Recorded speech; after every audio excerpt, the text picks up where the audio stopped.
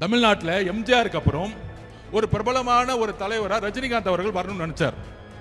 அரசியலுக்கு வந்து சிஸ்டத்தை மாற்றணும் எல்லாம் பண்ணணும்னு நினைச்சார். ஆனால் இதே திமுக குடும்பம் பல மிரட்டல்களை கொடுத்து அவரை அரசியல் கட்சி வர விடாம பாத்துக்கிட்டாங்க. அந்த வலிமை, மன வலிமை நம்ம தலைவர்கிட்ட இருக்கு. நான் பதிவு பண்றேன். சார் என்ன சார் தைரியத்தை பத்தி இந்த பையனுக்கு என்ன சார் தெரியும்? என்ன சார் தைரியம்? இந்த பையன் திமுகவில் குப்பை ஓட்டின பையன் சார். இன்னைக்கு என்ன ஆனார்? அவரு கடைசியில ரெட் ஜெயின் பிக்சர்லயே நடிக்க போயிட்டாரு. அவரோட ப்ரொஃபஷனை பண்ணாம அது மூடிட்டு போறதுக்காக இவர் சொல்றாரு கதை, நான் இதோட மூடிக்கிட்டேன், இதோட முடிச்சுட்டேன். பாப்போம் சார். இந்த பாருங்க 2026 எலெக்ஷனுக்கு அப்புறம் இவர் திருப்பி சினிமாவுக்குள்ளனா என் பேரை மாத்திக்கங்க sir. they will go back to cinema sir again. என்னோட கெரியரின் உச்சத்தை உதறிட்டு, அந்த ஊதியத்தை உதறிட்டு, உங்க விஜயா உங்களை மட்டுமே நம்பி வந்திருக்கேன் சார். திமுகவுக்காண்டி ரஜினி சார் அவர்கள் பயக்கிறான்னு சொன்னால் உண்மையிலே டெரராக இருந்த ஒரு பெரிய அரசியல்வாதி வந்து ஜெயலலிதா அவர்கள் சார். அந்த அம்மாவே தைரியமாக ஆண்டவனாலும் தமிழ்நாடை காப்பாற்ற முடியாதுன்னு சொன்னவர். செல்வி ஜெயலலிதா அவர்கள் மாறல. முதல்ல அவங்களுக்கு பண வரி இருந்தது, அது முடிஞ்ச பிறகு இப்போ பழி வரி வந்திருக்கு. அதை வந்து ரஜினிகாந்த் அவர்களை குறைச்சி மதிப்பிட்டு அவரை வம்புக்கு இழுத்து பேசுறதோட சூழ்நிலை என்ன சார் காரணம்? அப்ப நீங்க சொல்லி கொடுக்குறீங்களா? விஜய் அவர்களுக்கு வந்து அது தேவையா இருக்கா? ரஜினி சாரை எதுக்கணுங்கிறது விஜய் அவர்களுக்கு தேவையா இருக்கான்னு நான் கேட்கிறேன். ஏற்கனவே தன்னோட பிறந்தநாளே கொண்டாட விரும்பாதவர் ஏன் பிறந்தநாளே கொண்டாடாம விரும்பாம இருக்காரு? ஒரே காரணம்தான். ஒரு தடவை ஒரு பிறந்தநாள் விழாவுக்கு வந்தவங்க 3 பேர் ஆக்சிடென்ட்ல இறந்துட்டாங்கிறதுக்காண்டி தான் பிறந்தநாளே ஒதுக்கி வச்சுட்டாரு சார். இன்னைக்கு உண்மையை சொல்றேன் சார், உங்க சேனல்ல சொல்றேன் சார். ஆக்சுவலா வந்து கட்சிக்கு பேர் வச்சுட்டாரு சார். கட்சியோட டாக்குமெண்ட்டை ப்ரிப்பேர் பண்ணி, லீகல் டாக்குமெண்ட்டை ப்ரிப்பேர் பண்ணி இளைஞர்களோட நலனை பாதுகாக்கணுங்கிற எண்ணத்தோட விஜய்க்கு ஞானமோ அரசியல் முதிர்ச்சியோ விஜய் அவர்களுக்கு இருந்ததுன்னா அவர் உடனே இவர் அரசியல் கட்சியிலேருந்து விளக்கணும்னு தான் நான் முறையிடுவேன். ஏன்னா இந்த மாதிரி ஒரு தற்குறிகள் அரசியலை வச்சு செயல்படுவது என்பது என்னைக்குமே தமிழ்நாட்டுக்கு நல்லதே இல்லை. நான் ஓப்பனா உங்ககிட்ட பதிவு பண்றேன்.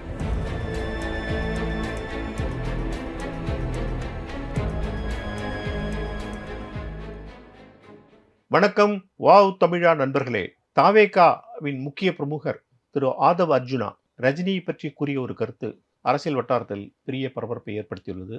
அது பற்றி பேசுவதற்காக ரஜினியின் ஆத்ம நண்பர் திரு அர்ஜுனமூர்த்தி அவர்கள் வந்துள்ளார்கள்.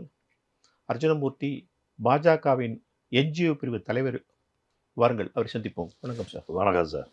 ரஜினியின் ஆத்ம நண்பர், கட்சியின் ஒருங்கிணைப்பாளருக்கு கூட உங்களுக்கு பதவி கொடுத்தாங்க அந்த டைட்டில். நீங்க இதை பத்தி எப்படி பாக்குறீங்க? ஃபர்ஸ்ட் அண்ட் ஃபார்மோஸ்ட் திங் என்னன்னா, ரஜினி சாரை பேசுற அளவுக்கு ஃபர்ஸ்ட் அனுபவம், அவரோட அனுபவத்தோட வயசு கூட இவருக்கு கிடையாது. அது அந்த மாதிரி அனுபவமும் அற்றவர், நம்பர் 1 அனுபவம் அற்றவர்.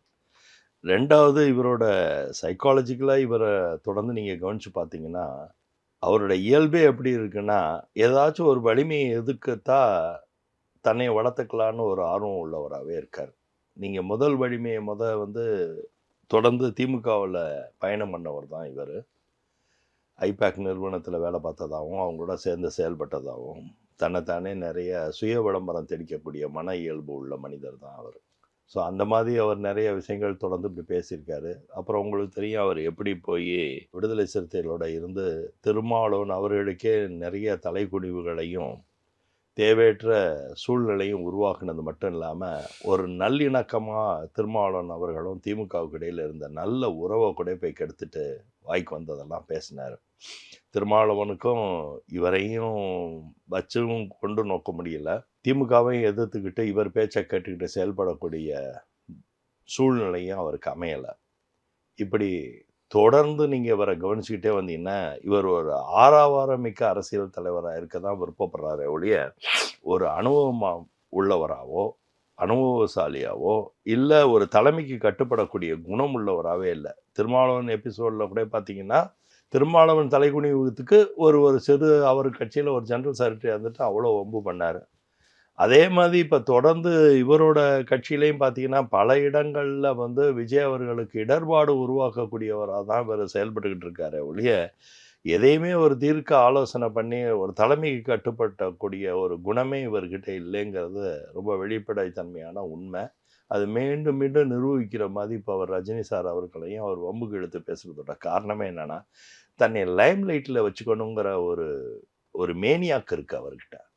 ஒரு இந்த மாதிரி மேனியாக் உள்ள பீப்புளே வந்து எனக்கும் புரியலை. விஜயே இந்த மாதிரி நபர்களோடே அரவணைச்சு ஒரு பெரிய அரசியல் இயக்கத்தை உருவாக்கி தமிழ்நாட்டில் இருக்க சூழ்நிலையில் போராடி வரணும்னு ஏன் எதிர்பார்க்கிறாருன்றது என்னால் புரிஞ்சுக்க முடியலை. ஏன் இவரோட வலிமை என்ன?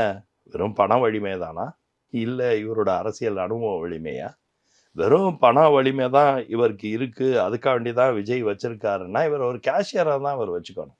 இவர் ஒரு அரசியல் தலைவராக வந்து மேடை ஏற்றி பேச வைக்கிறதுக்கெல்லாம் அந்த பக்குவத்தே அடையாத ஒரு பையனை, வயசுக்கு வராத ஆண்மகன் இவரை வச்சு இவர் இந்த மாதிரி பண்ணுறது எந்த விதத்துலையும் நியாயமே இல்லை. என்னோட விருப்பம் என்னன்னா, விஜய் அவர்கள் உண்மையிலே நல்ல அரசியல் பண்ணணும் தமிழ்நாட்டில், இளைஞர்களோட நலனை பாதுகாக்கணுங்கிற எண்ணத்தோட விஜய்க்கு ஞானமோ அரசியல் முதிர்ச்சியோ விஜய் அவர்களுக்கு இருந்ததுன்னா அவர் உடனே இவர் அரசியல் கட்சியிலேருந்து விளக்கணும்னு தான் நான் முறையிடுவேன். ஏன்னா இந்த மாதிரி ஒரு தற்குறிகளை அரசியலில் வச்சு செயல்படுவது என்பது என்றைக்குமே தமிழ்நாட்டுக்கு நல்லதே இல்லை. ஒரு இளைஞர் வந்து இளைஞர் நலன் பேணி பாதுகாக்கக்கூடிய திறனோ வலிமையோ இல்லாத ஒரு மனிதரை வச்சு இவர் அரசியல் பண்ணுவது என்பது இவருக்கு அரசியல் தொடர் தர்ம சங்கடத்தை கிரியேட் பண்ணும். இவருக்கு மிகப்பெரிய அரசியல் லைபிலிட்டியாக தான் இவர் தொடர்ந்து இருப்பாருங்கிறது தான் என்னோட எண்ணம். விஜய்க்கு இருக்கிற மன வலிமை வந்து ரஜினிக்கு இல்லை அப்படிங்கிறாப்புல சொல்றாரு சார். அரசியலில் அவர் வந்து பின்வாங்கவே இல்லை சார். அவரோட சூழ்நிலை தான் சார். அந்த நேரத்தில் கோவிட்டுங்கிற ஒரு பெரிய பெருந்தொடர், அது வந்து யாராலையுமே வந்து அதுலேருந்து மீண்டு வர முடியாத நிலைமையில் உலகம் முழுக்க எங்கே பார்த்தாலும் சாவும் சோகமும் நிறைஞ்ச ஒரு என்ன பண்ணுறதுனே தெரியலை, அரசாங்கத்துக்கே என்ன பண்ணுறதுன்னு தெரியாது. அப்படி ஒரு மோசமான சூழ்நிலையில் இவரை பார்த்து வரக்கூடிய ஜனத்திரர்கள், இப்போ இவர் எப்படி விஜய் கூட்டம் சேர்த்து எவ்வளோ உயிரிழப்புகளை கோவிட் இல்லாத காலத்திலே இவர் உயிரிழப்பை உருவாக்கியிருக்காரு. அதுக்கு நிறைய எவிடன்ஸ் இருக்குது, ட்ராக்ஷன் இருக்குது. ஒவ்வொரு நிகழ்ச்சியிலையுமே ஏதோ ஒரு உயிர் பறிப்பு இருக்குது. இவரோட விஜயோட நிகழ்ச்சியில் எந்த நிகழ்ச்சியிலும் உயிர் பறிப்பாகாத நிகழ்ச்சியே கிடையாதுன்னு தான் நான் சொல்லுவேன். ஒவ்வொரு ஊர்லேயும் ஏதாச்சும் ஒரு இறப்பு இருந்திருக்கு. தொடர் துன்பத்தை வந்து மக்கள் அனுபவிச்சுக்கிட்டு இருக்காங்க. ஒரு சாதாரண நிகழ்வில் கோவிட் இல்லாத காலத்தில் இவ்வளோ பெரிய உயிரிழப்புகள் இருக்கிறத கண்கூடாக பார்த்துருக்காரு விஜயும், விஜயை சார்ந்தவர்களும் பார்த்துருக்காங்க. அப்போது கோவிட் மாதிரி ஒரு இடர்பாடு இருக்கிற நேரத்தில் அவர் வந்து எடுத்த முடிவு தான் சார் ஒரு நல்ல முடிவு. அந்த மாதிரி முடிவு அவர் எடுக்கலைன்னா எத்தனை உயிர் போயிருந்தால் அதுக்கெல்லாம் இவர் பொறுப்பாயிருவார் சார். இவர் ஏற்கனவே தன்னோட பிறந்தநாளே கொண்டாட விரும்பாதவர் ஏன் பிறந்தநாளே கொண்டாடாமல் விரும்பாமல் இருக்கார்? ஒரே காரணம்தான், ஒரு தடவை ஒரு பிறந்தநாள் விழாவுக்கு வந்தவங்க 3 பேர் ஆக்சிடென்ட்ல இறந்துட்டாங்கிறதுக்காண்டி தான் பிறந்தநாளே ஒதுக்கி வச்சுட்டாரு சார். அவர் நினைச்சிருந்தா அவங்க சரி, இந்த உயிரிழப்புகள் வரும்போது அது அவரால் ஒன்றும் பண்ண முடியல. ஏன்னா ஒரு மேடு க்ரௌடு, அவருக்கு வந்து ரொம்ப ஆர்வம் மிகுதியான வர க்ரௌடை வந்து அவரால் ஓரளவுக்கு மேலே என்ன தான் பண்ண, ஸ்டேட் கவர்மெண்ட்டில் போலீஸ் இருக்குது, அவரால் என்ன தான் பண்ண முடியும்? சார், எந்த ஒரு தவறுக்கும் மூல காரணம் யாருன்னு பார்த்தீங்கன்னா இந்த விஷயத்தில் மூல காரணம் விஜய் அவர்கள் தான் சார். மூல காரணத்தை வந்து ஒதுக்கிட்டு அவர் என்ன பண்ணுவார், அவர் என்ன அவர் பண்ணுவார் ஏறாத ஏன் சார்? அப்படி பார்த்தா நீங்கள் வந்து நம்ம அழகர் ஆற்றுல இறங்குற நிகழ்ச்சியில் 10 லட்சம் பேருக்கு மேலே கூடுறாங்க சார். இவருக்கு வர்ற கூட்டம் வந்து ஒரு பொறுப்பில்லாத ஒரு க்ரௌடை தான் அசம்பிள் பண்ணுறாருன்னா இவங்க எவ்வளோ பொறுப்போடு இருந்திருக்கணும். இந்த ஆதவர்ஜன் இந்த அளவுக்கு போய் அவர் ரஜினி சார் அவர்களை போய் குறை சொல்கிற அளவுக்கு இருக்க வாய்ப்பு இருக்கே, ஏன் அவர் கட்சியிலே சொல்லி இந்த மாதிரி இடர்பாடு இல்லாத இந்த கட்சி நடத்தணுங்கிற முடிவை ஏன் அவர் எடுக்க மாட்டேங்கிறார் சார்? எடுத்திருக்கணும்ல அவர். இல்லை, ஆன்மீக ஃபங்க்ஷன்லேயும் நிறைய உயிர் பலிகள் நடந்திருக்கு. கும்பமேளாவிலேருந்து ஆரம்பித்து பல இடங்களில், கும்பகோணத்தில் நடந்த மகாமகம் உள்பட சொல்கிறேன், பல இடத்துல நடந்து தான் இருக்குது. கும்பமேளாவில் நடக்கிற க்ரௌடுக்கும் இதில் நடக்கிற க்ரௌடுக்கும் அங்கே இருக்கிற உணர்வுக்கும் அங்கே இருக்க உணர்ச்சிக்கும் வேறு வித்தியாசம் சார். இங்கே தானே தலைவனை பார்க்க வராங்க, இவரை பார்க்கறதுக்கு தான் வர்றதுனால பார்க்குற இடத்துல பதவசாக நடந்துக்கக்கூடிய சூழ்நிலையை உருவாக்கல இந்த தப்பு சார்.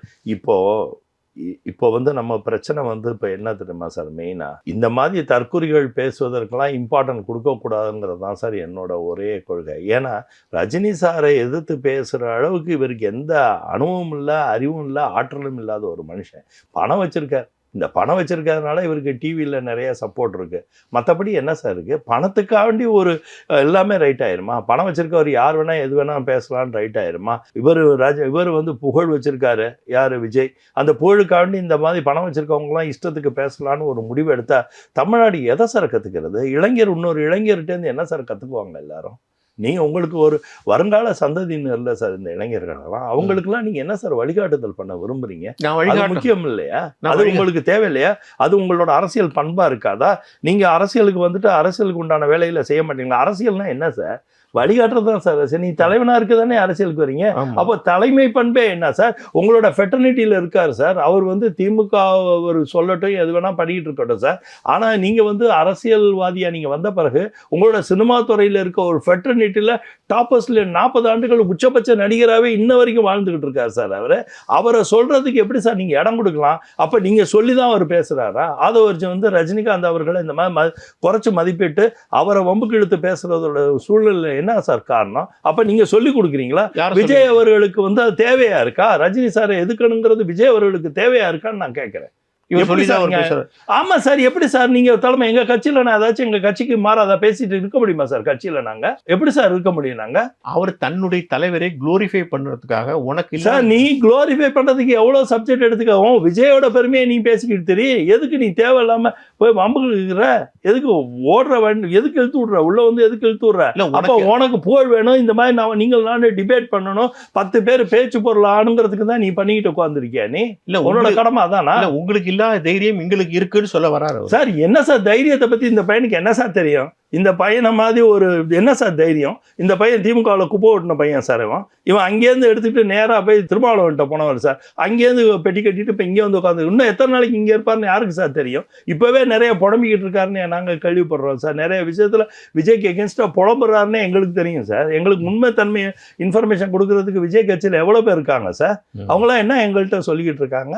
இவர் முழுக்க புலம்பல் தான் பண்ணிக்கிட்டு உட்காந்துருக்காரு அங்கேயும். இது என்ன சார் இவர் சார்? இதுக்கெல்லாம் இம்பார்ட்டன்ஸ் கொடுக்காதீங்க சார் நீங்கள்லாம். ஏன்னா ஒரு ஆதவ் அர்ஜுன் வந்து வெறும் பணக்கார பையன், பணக்கார பையன் கூட இல்லை, பணக்கார வீட்டில் சம்மந்தம் பண்ணதுனால பணக்கார பையன் ஆயிட்டார். பணக்காரனா இருக்கிறதுனால அவர் பேசுறதுக்கெல்லாம் பவித்திரமாயிருமா? என்ன அரசியல் சார் நடந்துகிட்டு இருக்கு தமிழ்நாட்டில்? சரி இவர் விஜய், திமுகவே பேசுறதுக்கு இவருக்கு என்ன சார் யோகிதை இருக்கு? திமுகவோட எத்தனை ஆண்டுகள் நெருக்கமா பழகினவர்னு எங்களுக்கு தெரியாதா? அவர் யாரோட திமுகவோட நெருக்கமா பழகல சார். அவரு 10 இடத்துக்கு போறாரு சார். எதை தின்னா பித்தந்திரி அவருக்கு பிரச்சனை இருக்கு சார். அவருக்கு கொஞ்சம் தயவுசெய்து சைக்காட்ரிக்கை போய் பார்க்க சொல்லுங்க சார். மூர்த்தி சார், அதாவது எந்த திமுகவை எதிர்த்தாரோ, எதிர்த்து சிஸ்டத்தை சரி பண்ண போறேன்னு சொன்னாரோ, அந்த திமுகவோட படத்திலே மறுபடியும் நடிக்க சார் ஆரம்பிச்சாரு. இது என்ன சார்? அவரோட ப்ரொஃபஷன் என்ன சார்? அப்ப உங்க profession- what is is profession sir? சினிமாவில் நடிக்கிறது நடிகராக தான் சார். இன்னைக்கு தமிழ்நாடு மக்களுக்கும் உலக மக்களுக்கும் இந்திய மக்களுக்கும் ரஜினி அவர்களை எப்படி சார் தெரியும்? ஃபர்ஸ்ட் ஒரு நடிகராக தான் சார் தெரியும். அவரோட ப்ரொஃபஷனை பண்ணாம அது மூடிட்டு போறதுக்கா? இவர் சொல்றாரு கதை, நான் இதோட மூடிக்கிட்டேன், இதோட முடிச்சுட்டேன். பார்ப்போம் சார். இந்த பாருங்க 2026 எலெக்ஷனுக்கு அப்புறம் இவர் திருப்பி சினிமாவுக்கு போலன்னா என் பேரை மாத்திக்கங்க sir. Vijay will go back to cinema sir again.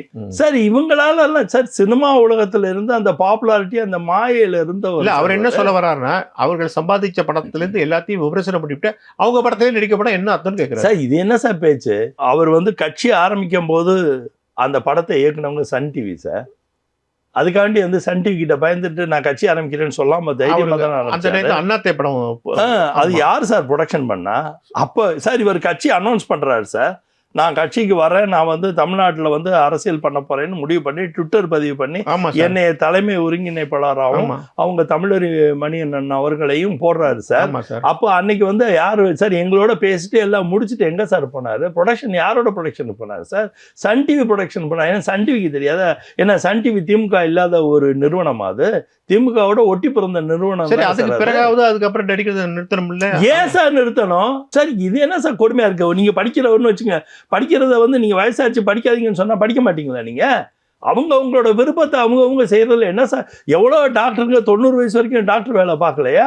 ஏன் கலைஞர் அவர்கள் வந்து சாகர மட்டும் அரசியல் பண்ணாம போனாரா சார்? இது என்ன சார் வயசுக்கு இதுக்கு என்ன சார் சம்பந்தம் இருக்கு? சிஸ்டம் ஃபெயிலியர் ஆனது இந்த சிஸ்டம் கெட்டு போனது காரணமே திமுகன்னு சொல்லிவிட்டு அப்புறம் அவங்க படத்தை தொடர்ந்து சார் இது என்ன சார் தப்பா இருக்கு சார்?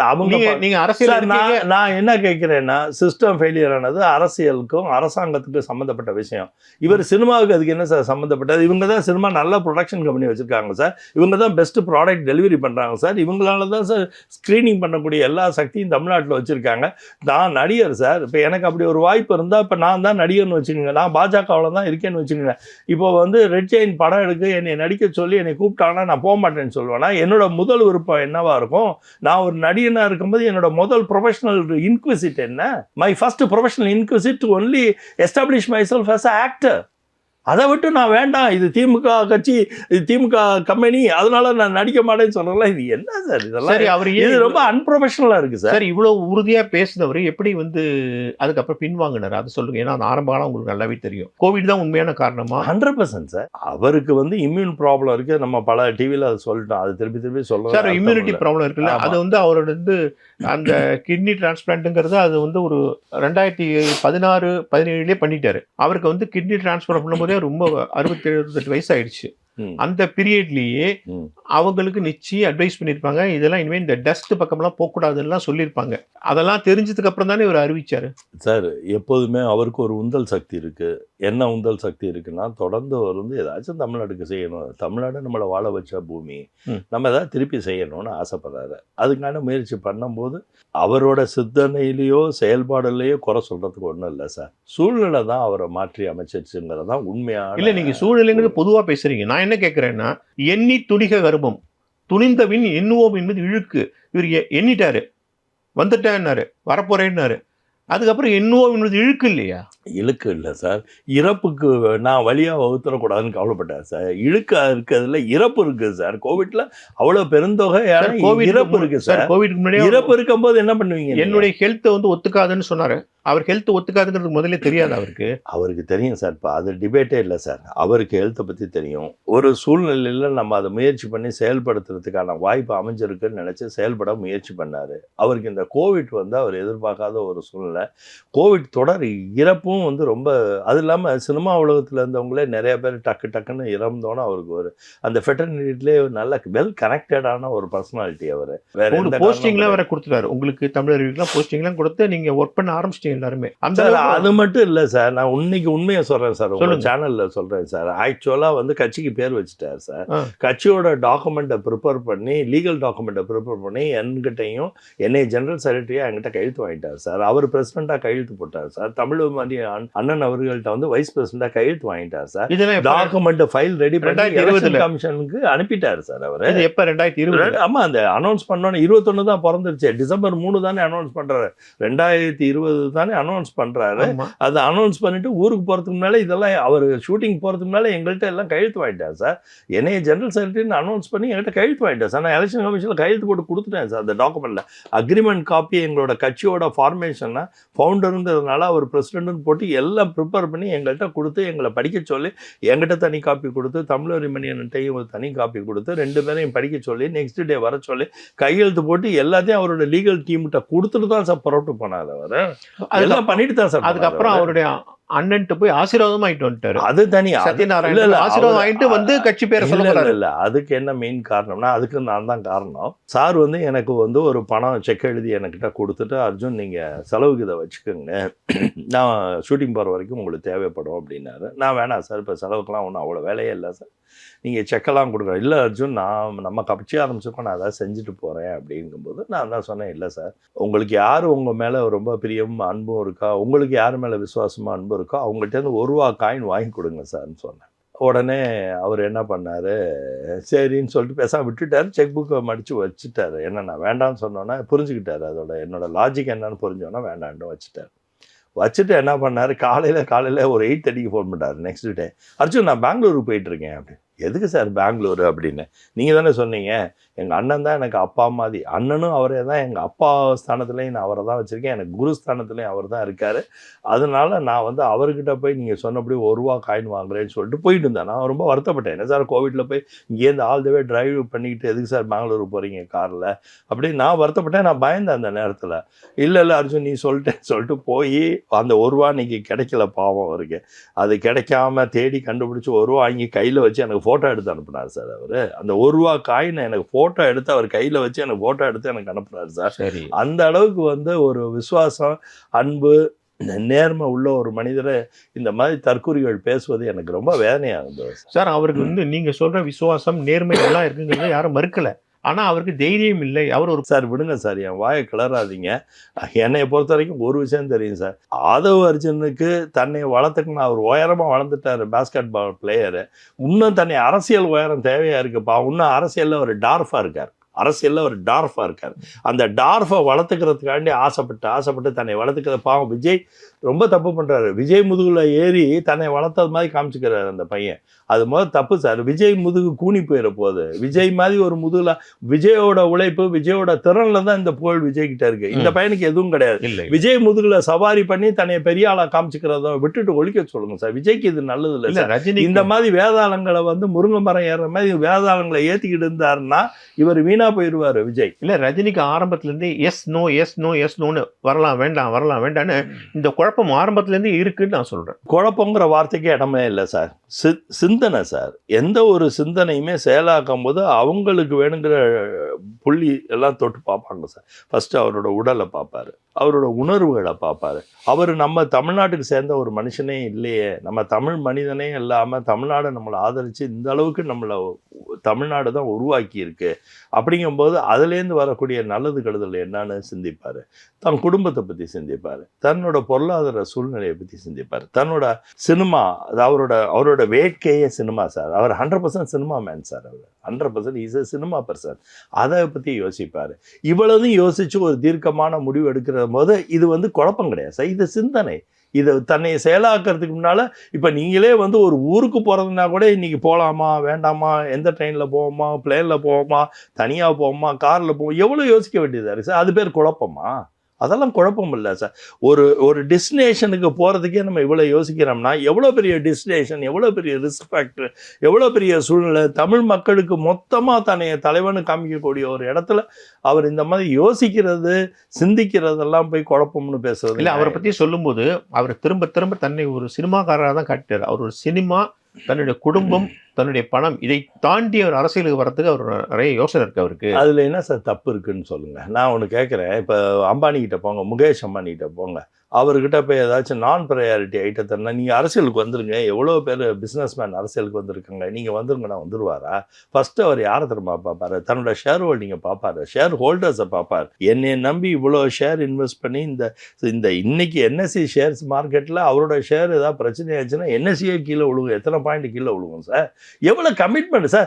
உயர போக கமிட்மெண்ட் ஜாஸ்தியாகணும் சார். அந்த கமிட்மெண்ட் ஜாஸ்தியாக ஒரு முடிவு எடுக்கிறது ரொம்ப பின்னப்படும் சார். அதனால அவங்க பயந்தாங்கொழியோ, அவங்க கோழையோ, அவங்க அது காரணம் இது காரணம், திமுகவோட தொந்தரவு காரணம், அந்த காரணம், இது மாதிரி இவங்களாம் இட்டுக்கட்டு பேசலாம் நியாயமே இல்லை சார். சார், திமுகவுக்காண்டி ரஜினி சார் அவர்கள் பயக்கிறான்னு சொன்னால் உண்மையிலே டெரராக இருந்த ஒரு பெரிய அரசியல்வாதி ஜெயலலிதா அவர்கள் சார்.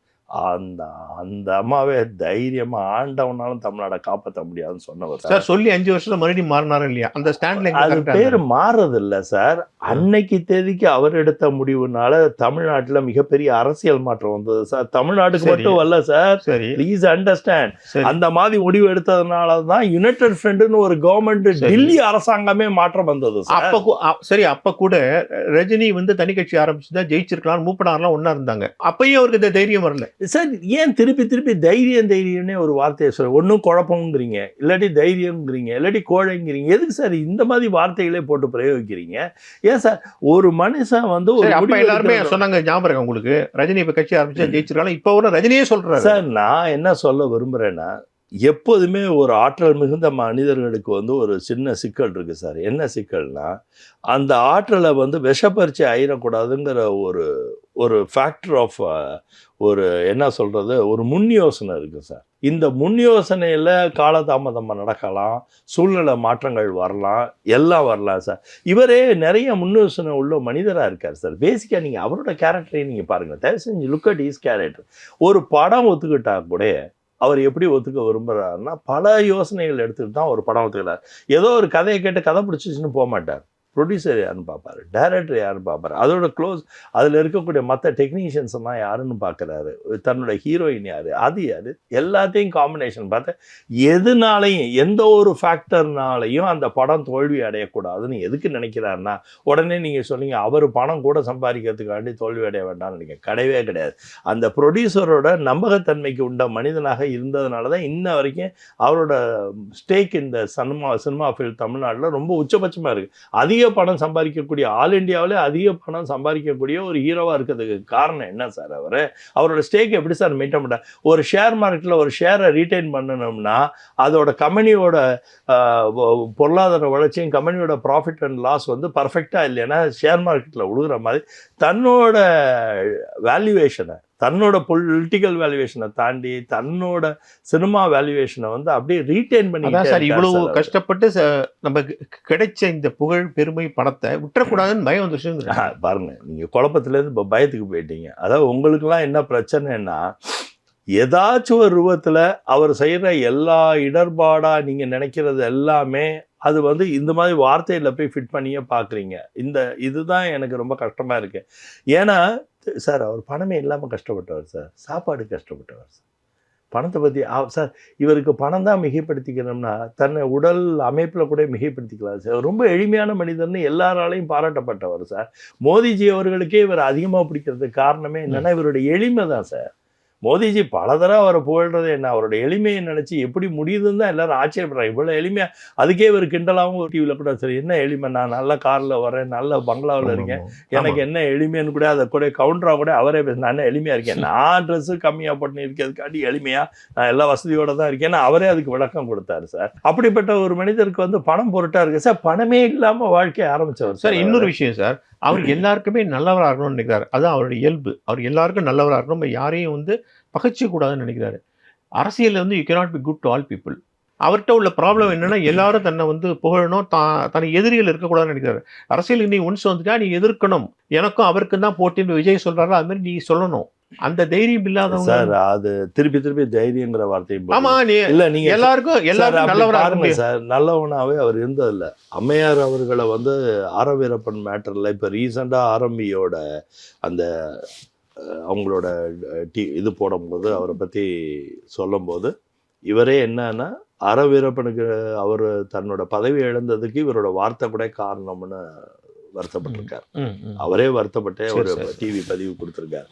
அதுக்கு காரணம் என்னன்னா, தான் மனசில் பட்டதை இயல்பில் பேச தெரிஞ்சவர் அவர். அதில் வந்து அம்மையாரால் நம்ம பின்னடைவாயிருவோம், அம்மையாரால் நம்ம சினிமா பின்னடைவாயிரும்லாம் கவலைப்பட்டிருந்தாருன்னா அந்த மாதிரி வார்த்தைகள்லாம் அவர் சொல்லியிருக்க விருப்பமே பட்டிருக்க மாட்டார். ஏன்னா அவர் முன் யோசனை உள்ள ஒரு மனிதர் தான்.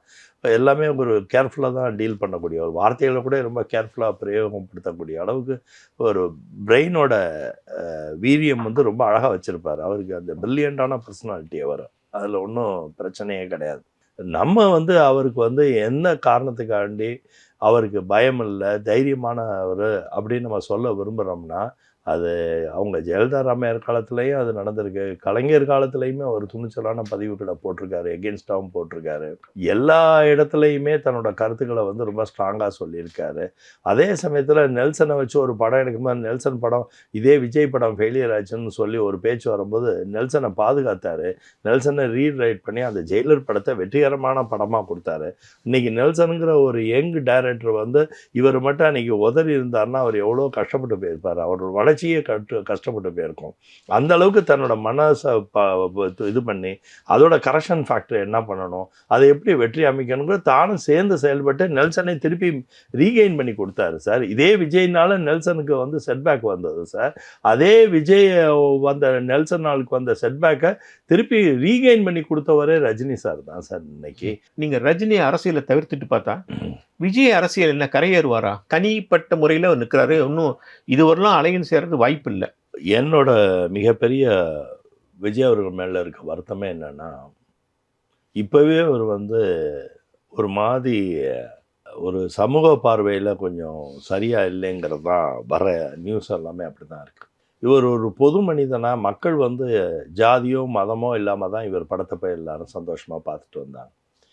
இவர் இந்த காலகட்டத்துக்கு இன்னைக்கு இருக்க இளைஞர்களுக்கு முக்கியமாக ஜாதி மதத்தெல்லாம் தாண்டின ஒரு மனிதனாக தன்னை வச்சுக்கலைங்கிறதுல எனக்கு வருத்தம் உண்டு. ஏன்னா அவர் கூட இருக்கவங்களாம் ஒரு மதம் சார்ந்தவங்களாக இருக்காங்க. சம்மந்தப்பட்டவங்க அவ்வளோ பேருமே அவரை இப்போ எடுத்துகிட்டு போகிற விதமே பார்த்தீங்கன்னா கூட்டணி விஷயங்கள்லே அவருக்கு ஆலோசகர்களாக இருக்கவங்கெல்லாம் அவங்களோட சுய லாபத்துக்காண்டியும் சுய சூழ்நிலைக்காண்டி அவரை ரொம்ப மிஸ்லீடு பண்ணுறாங்க. வெளிப்படையா சொன்னா அது கட்சியே ஒரு கிறிஸ்டியன் வெற்றி கழகமா இருக்கா? அது காலம்தான் சொல்லணும். ஆனால் இப்போதைக்கு என்ன பிரச்சனையை நம்ம ஃபீல் பண்ணுறோம்னா, நமக்கு வர்ற இன்ஃபர்மேஷன் அவங்க கட்சிக்குள்ளேருந்தே நம்மளோட பேசுகிறவங்க சொல்கிறதுலேருந்து என்ன தெரிய வருதுன்னா, விஜயோட டோட்டல் பொலிட்டிக்கல் விண்டோவே ஒரு 1/2 hour தான் இருக்கும். ஒரு 1/2 மணி நேரத்துக்கு மேலே அவருக்கு பொலிட்டிக்கல் விண்டோவே இல்லை. இப்படி 1/2 மணி நேரம் தான் தன்னோட விண்டோ வச்சு பெரிய கட்சி நடத்தணும்னு ஆசைப்படுறது, வெறும் புகழை மட்டுமே நம்பி இந்த புகழ்னால வெற்றி அடைஞ்சு நம்ம நேரடியாக சிஎம் ஆகி சிஎம் சேரில் போய் உட்காருவோன்னு அவர் எதிர்பார்க்கிறதெல்லாம் சுற்றி இருக்கவங்க அவ்வளோ பேர் ஆர்வக்கோளாராக இருக்காங்கிறது ப்ரூவ் ஆகுது. எத்தனை பர்சன்டேஜ் ஓட்டு இருக்கு நம்புறீங்க நீங்க?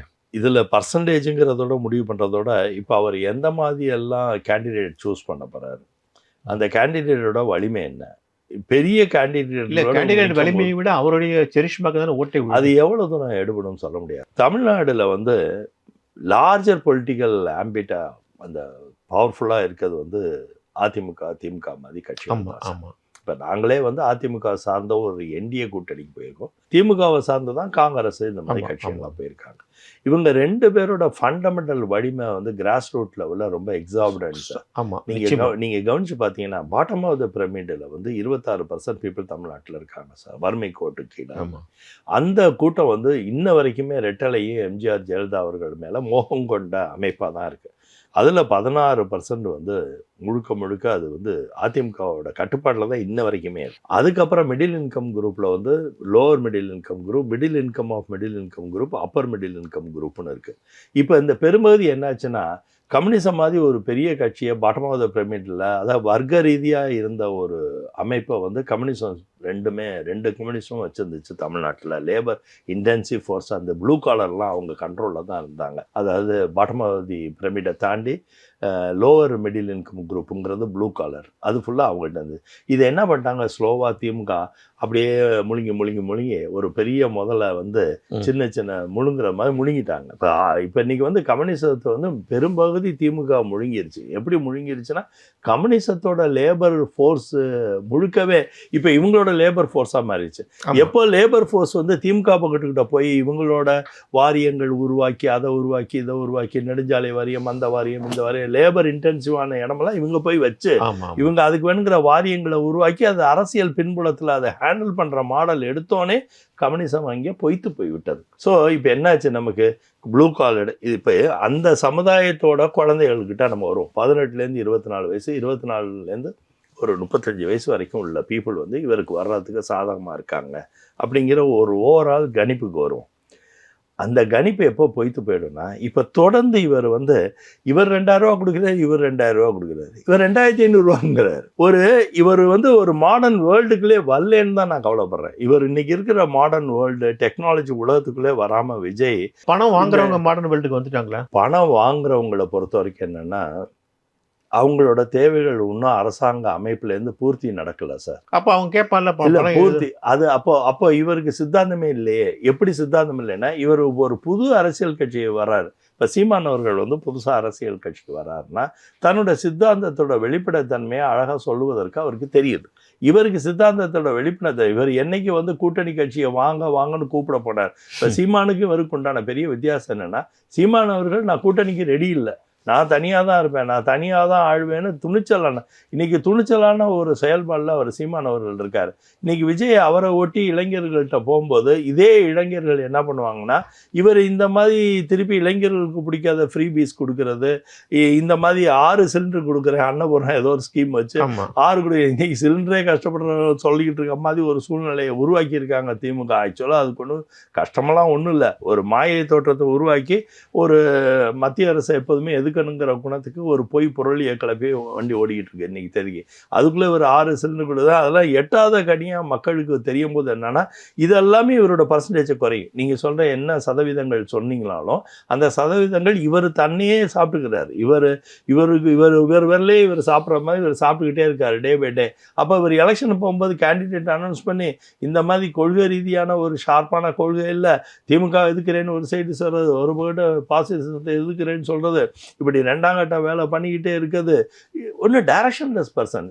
அவரோட துன்பம் என்ன தெரியுமா சார், இப்போ ரஜினி சாருக்கு எனக்கும் கிடைச்ச ஒரு பெரிய வாய்ப்பு என்னென்னா, ரஜினி சாரோட கம்ப்ளீட் பாப்புலாரிட்டி, அவருக்குன்னே ஒரு 40 ஆண்டுகளுக்கு மேலே அரசியல் அனுபவம், எல்லா தலைவர்களோடைய இணக்கமான ஒரு நல்ல ஒரு உறவு, அரசியல் புரிதல் வந்து இந்திய அரசியலோட புரிதல் தன்மை அவருக்கு ஜாஸ்தியாக இருந்தது. மாநில அளவில் ஒவ்வொரு மாநிலத்தோட புரிதல் தன்மை அவருக்கு நல்லா இருந்தது. இவருக்கு அந்த அரசியல் அனுபவம் இல்லை, அரசியல் புரிதல் தன்மை இல்லை, அரசியல் உறவுகள் இல்லை.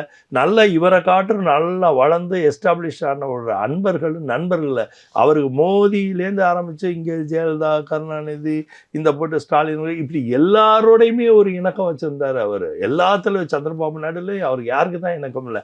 இப்படி எந்த விதமான டைனமிக்ஸுமே இல்லாமல், எந்த விதமான லாஜிக்கல் அண்டர்ஸ்டாண்டிங்கும் இல்லாமல், எனக்கு பாப்புலாரிட்டிக்கு என்னை மக்கள் நம்பி விட்டு போகிறேன் பாரு, இவ்வளோ கூட்டம் என்னை தேடி ஆளாலேயாக வர்றாங்க, நான் காசு கொடுத்து கூட்டிகிட்டு வரல, ஆனால் வர்றாங்கன்னா சரி, தே ஆர் ஆல் கம்மிங். உங்களை பார்க்கறதுக்கு ஒரு ஃபேன் பாயாக வர்றாங்க சார்.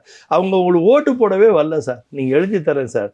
யாருமே விஜய் அவர்களுக்கு ஓட்டு போடுறதுக்காண்டி இந்த கூட்டமே வரல சார். அவரை பார்க்க வர்ற கூட்டத்தை ஓட்டு கூட்டமாக அவர் மாற்றிக்கிறது தான் சார் ஒரு தவறான அப்ரோச். அதனால் பர்சன்டேஜுங்கிறதெல்லாம் கேண்டிடேட்டை சூஸ் பண்ணி இவர் இப்படி தான் வெளிப்படுத்திக்கிட்டு போகிறாரு, இது மாதிரி தான் ஒரு டைனமிக்ஸ் வெளிப்படுது, இப்படி தான் நான் அரசாங்கத்தை இப்படி நடத்துறதுன்னுமே தெரியாமல், அரசாங்கத்தோட வரவு செலவு திட்டங்களை புரிதலே இல்லாமல் இவர் அள்ளி விட்டுக்கிட்டு இருக்காரு பாருங்க. People one appreciate. சரி, அவருக்கு வந்து எல்லாம் வேடிக்கை பார்க்குற கூட்டம் தான் சொல்கிறீங்க. சரி, வேடிக்கை பார்க்குற கூட்டம் தான் வருது, அது ஓட்டாக மாறுமாங்கிறது சொல்ல முடியாது, அது வாய்ப்பு இல்லைங்கிறீங்க. ஏன் அப்போ அவரை வந்து எப்படியாவது பிஜேபி என்டிஏ கூட்டணி கொண்டு வரதுக்கு இவ்வளோ ட்ரை பண்ணுறீங்க சார்? என்டிஏ கூட்டணிக்கு ஒன்றும் பெருசாக ட்ரை பண்ண மாதிரி தெரியல சார். அப்படி தானே சார் செய்தி வருது? இல்லை சார், அப்படி செய்திகள் உருவாக்கப்படுது. ஏன்னா இப்போ திமுகவோட மீடியா வலிமை எப்படின்னா சார், திமுக என்ன பண்ணோம்னா எந்த ஒரு வெற்றிக்கு சாதகமான ஒரு சூழ்நிலையை உருவாக்காமல் ஒரு எதிர்வினை ஆற்றி விட்டுருவாங்க. இவங்களை பொறுத்த வரைக்கும் நேரேட்டிவ் செட்டிங் பார்ட்டி சார். திமுக வந்து வலிமையான நேரேட்டிவ் செட்டிங் பார்ட்டி சார்.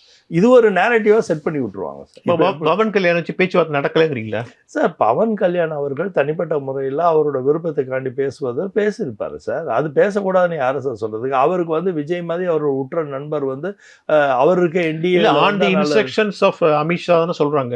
எனக்கு தெரியல சார். ஏன்னா அமித்ஷாவோட ஓன் இன்ஸ்ட்ரக்ஷன் தான் நேரம் அமித்ஷாவை பார்த்துருப்பாரு சார். அமித்ஷா வந்து அவரை வரவழைச்சுட்டு பேசுறதுக்கு தகுதி உள்ளவர் தான். சப்போஸ் இவர் நோ சொல்லிட்டா அது அசிங்கமாயிடும்ல அவருக்கு. அப்படியெல்லாம் சொல்ல மாட்டார். ஏன்னா விஜயும் அந்த பக்கத்தை இழக்க மாட்டார். ஏன்னா அவருக்கு எது முக்கியம் இல்லைன்னு நல்லா தெரியும். அப்படி பார்த்தா எடப்பாடி அவர்கள் மோடிஜி அவர்களோட பக்கத்தில் உட்காந்து கூட்டணி பேச்சுவார்த்தை எல்லாம் பண்ணிட்டு, அதுக்கு முன்னால் என்ன நடக்குதுன்னா, காரிடாரில் அவர் வந்து காரில் வந்து இபிஎஸ் அவர்கள் இறங்கும்போது அன்னைக்கு இருந்த எங்கள் நேஷனல் பிரசிடென்ட் ஜேபி நட்டாஜி அவர்கள் பொக்கே கொடுத்து வரவேற்று கூட்டிகிட்டு போய் பண்ணுறாங்க.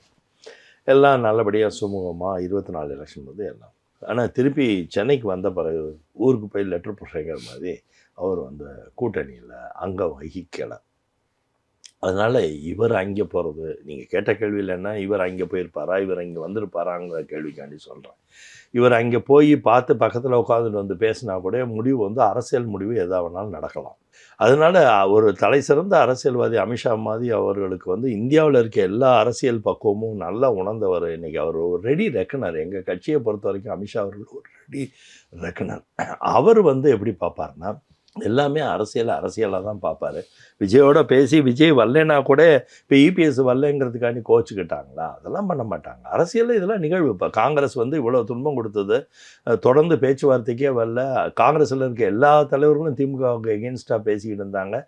நேரடியாக டிவிக்கோட போய் கையெழுத்து போடுறது மாதிரி தான் பேசிக்கிட்டு இருந்தாங்க. விஜயும் பேசிட்டாரு. விஜயோட பேக்ரவுண்டில் இருக்க பீப்புள் எல்லாம், பேக்ரவுண்டு மியூசிஷியன்ஸ் எல்லாருமே பேசிட்டாங்க. அப்படி இப்படின்னு எல்லாம் தான் சொன்னாங்க. கடைசியில் என்னாச்சு? கடைசியில் காங்கிரஸ் சிதம்பரம் போனாங்க, பேசினாங்க, முடித்தாங்க. அடுத்த நாள் 25 சீட்டு 3 சீட்டு எக்ஸ்ட்ரா போட்டு 28 சீட்டு போட்டு காம்ப்ரமைஸ் பண்ணி க்ளோஸ் பண்ணிட்டு போயிட்டாங்க. இது மாதிரி அரசியலில் எப்போதுமே இது நடக்கும் சார். கடைசி நேரத்தில் சிபிஐ ஐடி போன்ற ப்ரெஷர்லாம் விஜய்க்கு நிறைய கொடுப்பாங்க அப்படின்னு ஒரு செய்தி வருது. சார் அப்படியெல்லாம் கொடுக்கறதே இல்லை சார். அப்படி பார்த்தா ரொம்ப மோசமான சூழ்நிலையில் எவ்வளோ அரசாங்கம் இருக்குது சார். இவங்களை பொறுத்த வரைக்கும் எப்படி பார்க்குறாங்கன்னா, இவங்க அரசியல் பார்ப்பாங்க. அரசாங்க நிகழ்வுகள் எல்லாமே அரசாங்க நிகழ்வுகளாக இருக்குமே ஒழிய அது அரசியல் தலையீடு இருக்காது இவங்க விஷயத்தில். இது வரைக்கும் பிஜேபி அந்த மாதிரி அரசியல் தலையீடு பண்ணி யாரையும் கைமுறிக்க ஒரு வேலைக்கு வர்றதுன்னா, இப்போ கூட மோடிஜி அவர்கள் வந்து எவ்வளோ ஊழல் பட்டியல் வாசிச்சுட்டு போனார் மேடையில். கிட்டத்தட்ட மதுரையில் வரிசையாக எத்தனை ஊழல் பண்ணாங்கன்னு லிஸ்ட்டே கொடுத்தாரு. ஒரு 48,000 கோடிக்கு ஊழல் பட்டியல் வச்சார். இப்போ கூட ஏடிஎம் மிஷின் சொல்லிட்டு போனார் திருச்சியில். ஆனால் உடனே சிபிஐ அனுப்புனாங்களா, இடி அனுப்புனாங்க. அது அவங்களோட கணிப்பு சார். இடியும் சிபிஐயும் அவங்களோட independent agency sir. That is their call. அரசியல்வாதியாக ஊழல் பண்ண கட்சின்னு சொல்கிறதுக்கு அவருக்கு எல்லா தார்மீக பொறுப்பும் இருக்குது, உரிமை இருக்குது, அதை சொல்கிறாரு. அந்த ஊழல் இருக்கா, ஊழல் குற்றச்சாட்டுக்கு உறுத்தான பீப்புளாங்கிற முடிவை யார் எடுக்கணும்? அது இடி எடுக்கட்டும், சிபிஐ எடுக்கட்டும். அதை போய் வந்து எங்கள் ஆளுங்க போய் சொல்லி பண்ணுவாங்கங்கிறதெல்லாம் அந்த மாதிரி காலகட்டங்கள்லாம் மாறி போச்சு சார். இன்றைக்கி வந்து ஒரு பாரதிய ஜனதா கட்சியை பொறுத்த வரைக்கும் என்னோட அனுபவம் என்னென்னா, பாரதிய ஜனதா கட்சி நிறுவனங்களை வந்து துஷ்பிரயோகம் பண்ணுறதில்ல. இப்போ திமுக வந்து நிறைய அரசாங்கத்தை துஷ்பிரயோகம் பண்ணுவாங்க. ஆனால் பாஜக அரசாங்க அமைப்பை வந்து துஷ்பிரயோகம் பண்ணுற பழக்கமே கிடையாது சார். ஸோ பல விஷயங்களை பற்றி மிக தெளிவாக ஆணித்தரமாக சொன்னீங்க. மிக்க நன்றி சார். நன்றி சார். தேங்க்ஸ்.